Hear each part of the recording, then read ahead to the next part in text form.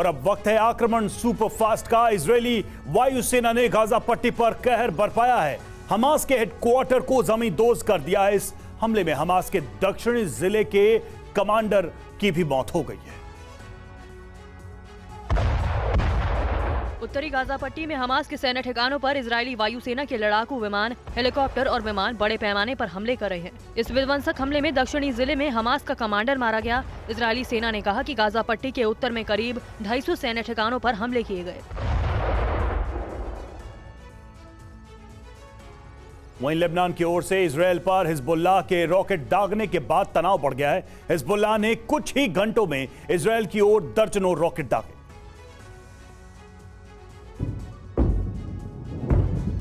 Israel के उत्तरी सीमावर्ती शहर तुला में हिजबुल्लाह के रॉकेट दागने के बाद लेबनान की सीमा पर तनाव बढ़ गया। इसके बाद इजरायल ने गोलाबारी की। हमले में इजरायल के एक व्यक्ति की मौत हो गई, जबकि सीमा के दोनों ओर से कई लोग घायल हो गए। हिजबुल्लाह ने इजरायल की सीमावर्ती शहर मेटुला के पास लगे निगरानी कैमरे को नष्ट करने का दावा किया है। और वहीं हमास ने गाजा पट्टी से इजरायल पर रॉकेटों की बौछार कर दी है। हमास के लड़ाकों ने इजरायल की वायु रक्षा प्रणाली आयरन डोम पर फिर से हमले किए।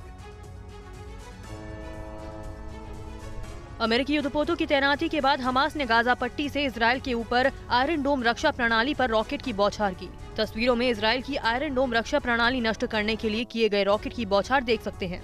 इजरायल के हमास के खिलाफ हवाई, जमीनी और समुद्र के जरिए अभियान के ऐलान के बाद हमास ने हमले तेज कर दिए हैं।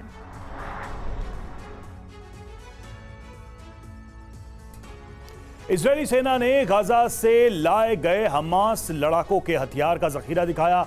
हमास के लड़ाकों ने इजरायल में घुसपैठ करते समय इन हथियारों को अपने साथ लेकर आए थे।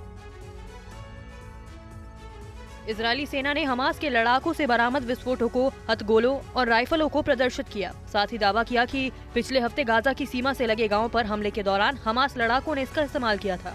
इजरायली सेना का कहना है कि हमास का इरादा गांव पर कब्जा करने का था, क्योंकि वे हथियारों के साथ साथ भोजन और चिकित्सा सामग्री से भरे बड़े वाहनों में आए थे। और इजरायल के गाजा पर भीषण बमबारी की है। हवाई हमलों से गाजा शहर थर्रा गया।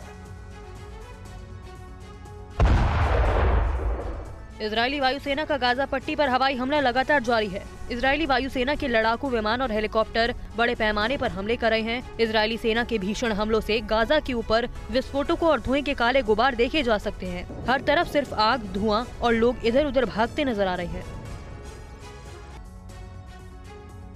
इजरायल के लोग अपनों की तलाश में इधर उधर भटक रहे हैं। लोगों ने हमास के कब्जे से बंधकों को छुड़ाने की गुहार लगाई। They came in, burned the bases, burned the people, stole babies from their beds, stole women, children, elders, and men from their beds. We also lost Roni. Roni is a 19 years old sweet girl. और Israel के हमलों में 1000 से अधिक लोगों के लापता होने की जानकारी सामने आ रही है। इजरायल के विध्वंसक हमलों में ध्वस्त हुई गाजा की इमारतों के मलबों में लापता होने की आशंका है। इजरायली सेना गाजा में भीषण हमले कर रही है। इजरायल की वायुसेना के हमले में कई इलाके मलबे के ढेर में तब्दील हो गए। फिलिस्तीनी नागरिक सुरक्षा टीम ने गाजा में इजरायली हमलों में नष्ट हुई इमारतों के मलबे में 1000 से अधिक लोगों के दबे होने की आशंका जताई है। उन्होंने मलबे से कई जीवित लोगों को निकालने का भी दावा किया।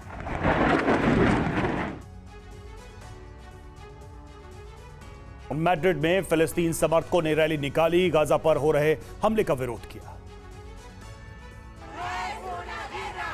स्पेन की राजधानी मैड्रिड में फिलिस्तीन के समर्थन में रैली निकाली गई। रैली का आयोजन फिलिस्तीनी समर्थक समूह सैमेडोन ने किया था।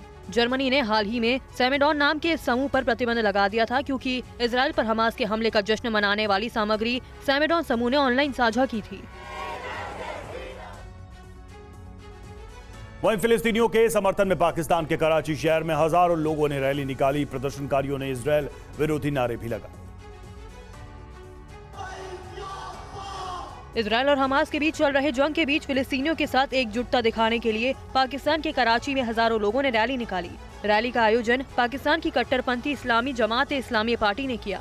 जमात इस्लामी के प्रमुख सिराजुल हक ने कहा कि गाजा के लोगों की मदद करना मुस्लिम देशों का कर्तव्य है।